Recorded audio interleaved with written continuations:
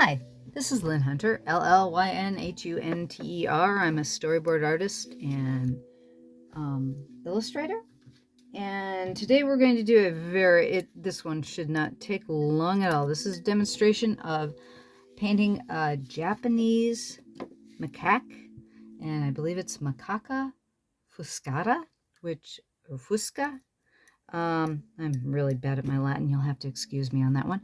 But basically, these guys are also known as snow monkeys. They are the macaques and the only monkey that live in Japan.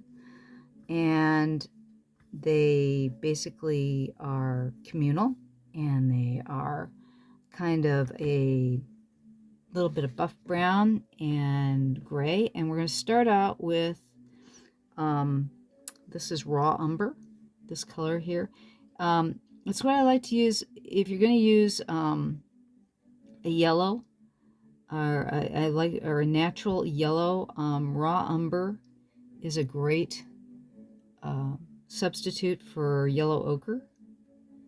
I like both of them. Yellow ochre is a little brighter, whereas raw umber has a nice earthy yellow to it.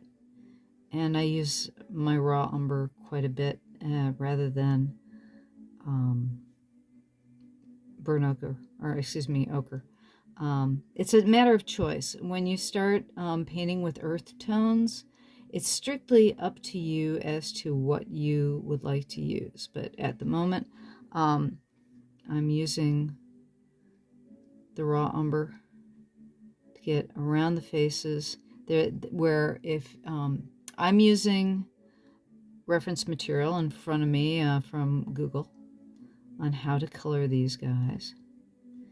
And they have this little bit of yellowish brown in their highlights. So that's what I'm putting in there. And then they go gray. And from what I understand, that they will, and from the illustrations you can see too, that, or the photographs, you can see that they will go from gray to a brown color. And fuscata?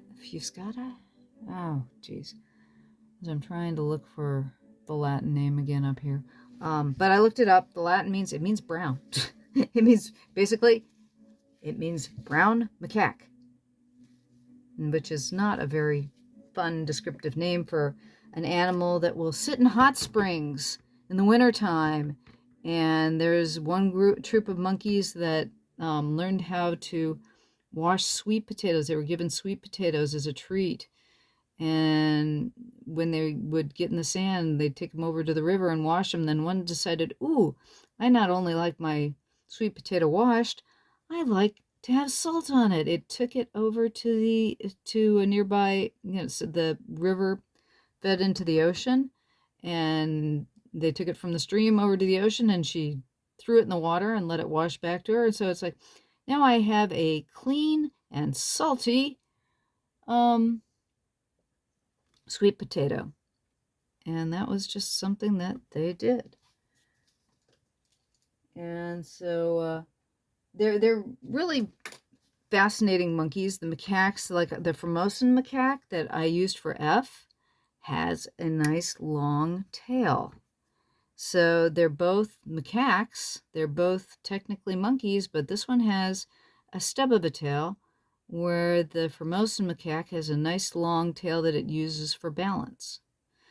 So depending on where an animal is and how it uses its body will determine what type of tail it might have. Let's see here.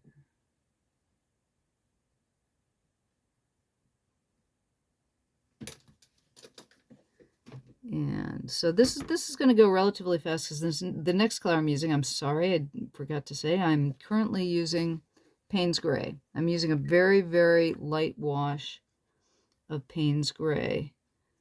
And I'm kind of using it in dibs and dabs so that it gets more of a mottled effect, so it doesn't lay down flat in one area.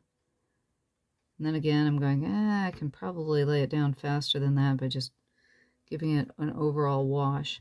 I'm I have mentioned this before, but if you haven't seen some of my other videos, this particular type of technique is known as wet on dry. My paper is dry and the watercolor is wet. So I'm adding water to my paint and then adding it to the brush and then painting it on the paper. And you can tell I'm doing it rather lightly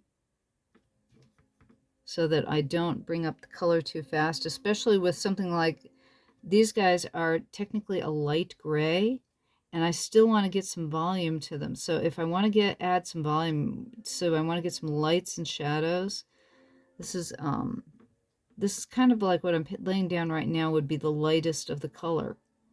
So you want to go, put your highlights more or less in first. Your lightest color wants to go down first, and you want to get your shadows in last. And these guys are just all packed in together here. And the hands on these monkeys are furred, so the hands will be the same color as their bodies. If you look at, say, chimpanzees don't have fur on their hands. These guys do. And the thing is that as I go on, I can also add more of the raw umber on top and below after I've laid down the first layer. But right now we're getting all the color laid in. And there's a bit of an edge there where I've laid down this, so you can see how I'm like doing little circles with my brush. I call that scumbling. Other people call it scumbling too. And you're using your brush right now, even though the hair on the end of your brush is soft, it's still rubbing the paper. It's rubbing the pigment that's on that paper.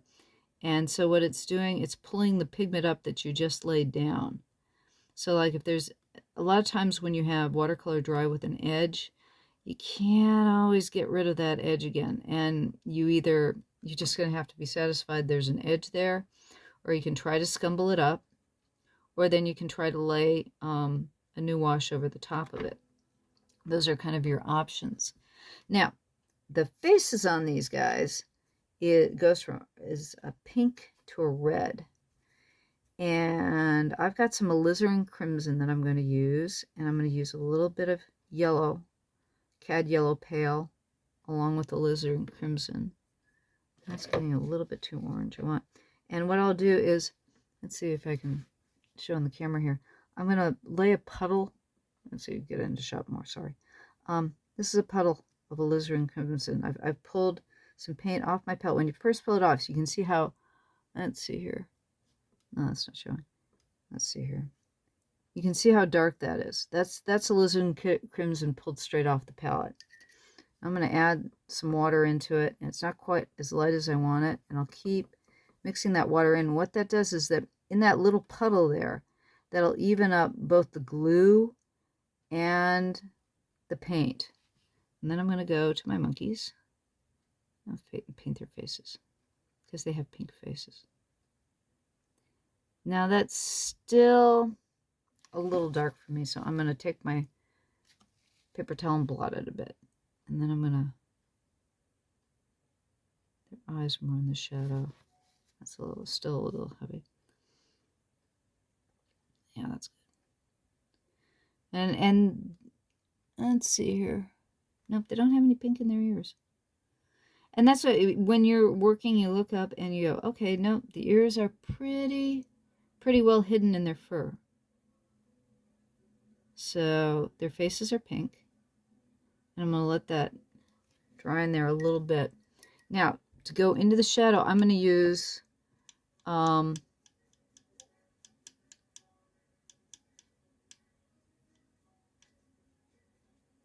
let's see here. I take that back. That's the burnt umber. This is the raw umber. Yeah. Boy, I'm going to get you guys mixed up. The raw umber is the dark one. The burnt umber is the light one. The burnt umber is the yellowish one. And the raw umber Where's the burn umber? I'm doing really well today. Pour it out of the tube. It's the raw umber that's the darker one. But anyways, I'm going to take the shadows with the raw umber. Sorry, it's the burn umber that's the yellow. I'm doing well today. So I've just messed you guys totally off by telling you that the yellow is the burnt, or sorry, is the raw. The yellow umber is the burnt. There, now that went down really dark. So, oops. Oh, great. Hit the camera with my brush. There we go. Because the shadows went a little bit too dark for me. Oh, I'm doing really well today. What you're supposed to do, Lynn, is put the camera up high and then push it in. Okay, there we go. That's better. Now you can tell I've got a lot of pigment, or the brown is pretty dark. So now that I've got more water in it, and I can spread the pigment around a little more.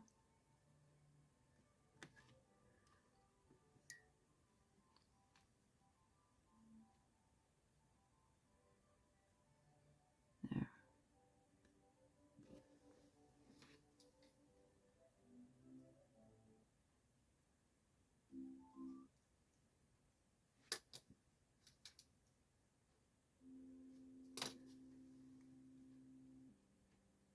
There we go. Now the colors that they are right now are a little bit on the dull side. And that's not saying that snow monkeys are a little bit on the dull side. Which they are. They're actually pretty. They're earth tones.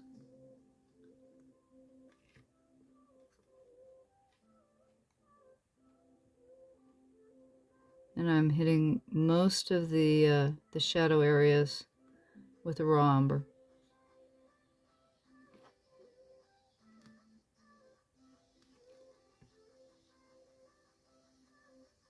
Things in shadow more dark, right?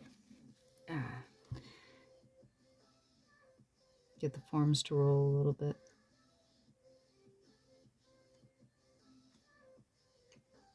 We're just about done with these kids. I'm going to go back into their faces with a little bit of more darkened alizarin crimson and finish up these shadows. You can tell that they're starting to get, a wee bit rounder in areas of shadow. We're getting deeper.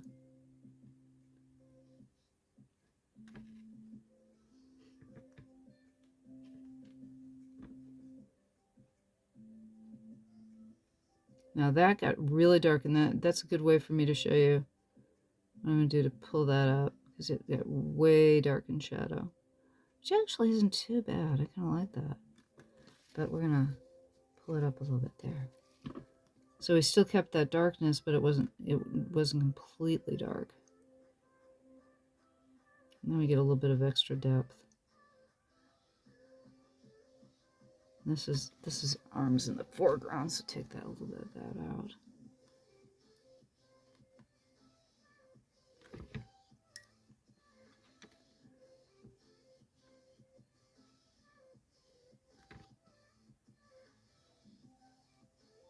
There we go.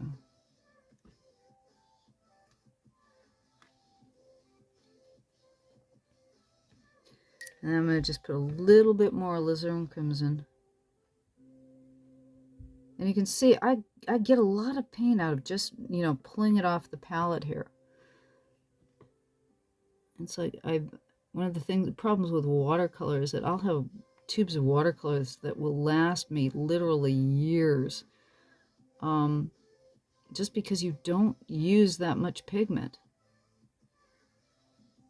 Put a little bit inside of his ears, even though. Since their eyes are recessed, that's why I'm putting the pink in the inside the eyes and underneath the mouth. So it's just, again, the same alizarin crimson. So thus far I've used 3 colors in this piece. I'm trying to decide if I want to go in. I think just to give it a little bit more body, I'll go back in just one more time with the Payne's Gray.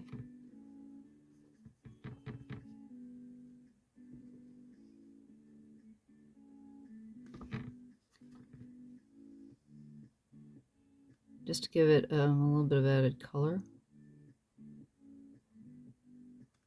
And to turn some of the shadows just a little bit more. Because again, your shadows, all your darker colors will dry lighter. They might be really dark, or they may appear really dark, but they will dry lighter. And then I think I'm going to take just a little bit more of the raw umber, and I'm going to give them a little bit of texture. And this is going down a little too heavy for me, so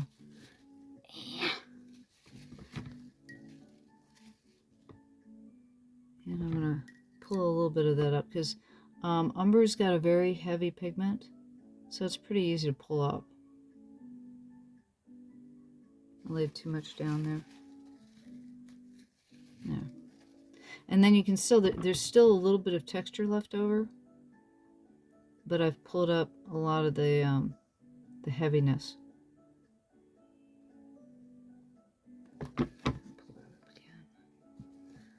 And again, I'll go back in over the entire thing with pen and ink once I'm completely done. I'll go in with a ballpoint pen, because that is the ink that I used on this. And that's basically, those are our Japanese snow monkeys. And I'll come in just a little bit of stippling to give them a little texture. Find a little bit of stippling, because they look a little fluffy. Give them a little bit of interest.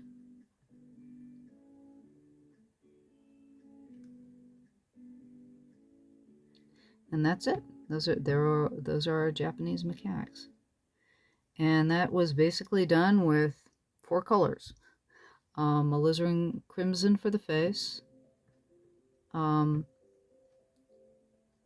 umber for the yellow, sorry about that, raw umber for the darker brown, and Payne's Gray for the gray color in the fur.